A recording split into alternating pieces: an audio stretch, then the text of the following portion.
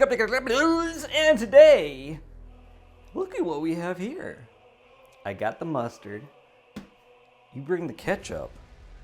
And baby, let's call it a date. Today, we're looking at the Hot Toys 1/6 scale Artillery Stormtrooper. As most of you guys know it as Mustard Trooper and Ketchup Trooper from before. Where's the relish? Where's the KC Masterpiece Trooper? Where's the A1 Trooper? Let's bring in the sauce. Let's bring in the sauce as Hot Toys. As always, we're going to take a check on the website down below, Comic Concepts. You click down below and you can get to the website, get all these neat releases there, and more, and more. They have statues, they have all kinds of things that you don't want to put in your body. But we're going to take a look at this, man. I know some of you guys are saying, well, Easy, why would you even review this? I don't know. But I feel like it's necessary. It has a place, I feel, in the Mandalorian line because, well, this is where like Boba Fett came up, and it just tells a story with this trooper. Other than that, same old box. We have the same old box, the Dictated Star Wars box that we get from Hot Toys. Not too crazy, everything is the same. We've got this Rogue One-esque looking wraparound thing. Since Rogue One, that's where it came in, and that's where we've been stuck at for like 73 years. But regardless, you have this Rogue One style, even Stormtrooper. Now at the side, you still have that shoebox look with the back and all the details and warnings and don't eat that, don't put that, don't push it there, and all kinds of stuff. And at the side, you have the Trooper looking all elegant looking and cool. I guess you can call him cool if you do want him to be cool, whatnot. But and on the inside, you do have this art, which you guys know me, absolutely love the art that Hot Toys puts on their inside. They use, as far as Star Wars goes, they use the actual figure in their art boxes, which totally cool. And on the inside, you can see more of what he comes with. Everything is out of the box, obviously, and you have his hands, which I don't really go over his hands because that's, I mean, we're used to seeing such things, and I get bored of hands because I don't like hands, I like feet. And here he is, guys. It's not much of a trooper, as you can see. It's even the yellow doesn't look right on camera. Am I seeing colors right? It looks kind of weird on my viewfinder. But anyway, here we have the trooper. I mean, as you can see, it's the Rogue One trooper that we're used to seeing in the new series. Don't fall back. Maybe this thing is kind of making him back heavy. And it's what we're used to, really. The Incinerator Trooper and this guy has basically everything similar. I mean, not much new to this guy. Just the paint color scheme changed from this and Incinerator Trooper. Now you do get a backpack with this and then a mortar launcher, a thermal detonator launcher. As you can see at the bottom, it's just the big giant tube. And then a little backpack with a little thermal detonator just down below. I don't know why I'm having a little trouble talking here. This is a thermal detonator that you can have him carry or whatever you want with him. And then this is the, can you actually open these up? Ooh, these open, okay. So you can actually open these up. These are like the Death Trooper type thermal detonators that Death Troopers used, I remember. You can put everything down inside of that. I mean, it won't blast off, but it goes in there. And then you have this, which this is a cool little accessory, to be honest. I mean, you don't really see too much of this kind of stuff as accessories, like the weapons they use, like kind of E-Web style blasters and launchers and stuff. But this is pretty cool, I think. I mean, look at the details on this. It's very nicely done. It's very light. It's very cheap, plasticky feeling, but nonetheless, it is done well. As you can see, there's little springs that push out the stands for it to stand, and then you kind of move these little pegs at the bottom, and they go flat, so you can have him, balance on whatever surface you want to put him on. Cool story, bro. You're a mortar launcher. This thing does swivel to whatever desire you need him at. But other than that, typical mortar launcher stuff, I guess. You can call it that. So that kind of goes like so. I mean, it looks all right.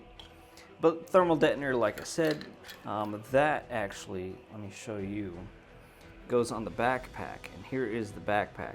So thermal detonator is magnetic. That's a very nice touch. Keeps things from falling out. This backpack does go magnetically onto his back, as you can see there. And then look at the details in there. Kind of subpar, not that great. I could see where the wash lines were. They didn't finish the paint off. Is there. Not complaining about that. And then here is I believe you can put the mortar somehow on his back. I want to say you can put it on his back so he can carry this thing, but I don't see it. I don't see it like that anywhere else. But here, as you can see, you can put these little things just like that. It fits in there. It can fit in there, and it goes just like that. So you can carry those little tiny grenades in there. So let me go ahead and put this guy back on his back. Boom, there it is. And let's spin him around for a look. Like I said, not that great Stormtrooper. It's just a regular Stormtrooper. And going through details, you can see what we had on Incinerator Trooper. Similarities as in paint and stuff like that. It's kind of like the same trooper.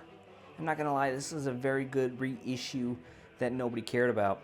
The Pauldron, as you can see, is an add-on. The Pauldron, I do believe, did not come with the Incinerator Trooper. I'm sorry, I already got rid of him because I have red clone troopies in replacement. But there is all that. The markings, which I was pretty sure in the prototype pics, are the same markings and weathering style as that of the Incinerator Trooper, which I'm pretty sure this is the same exact style. Nothing to change in this one.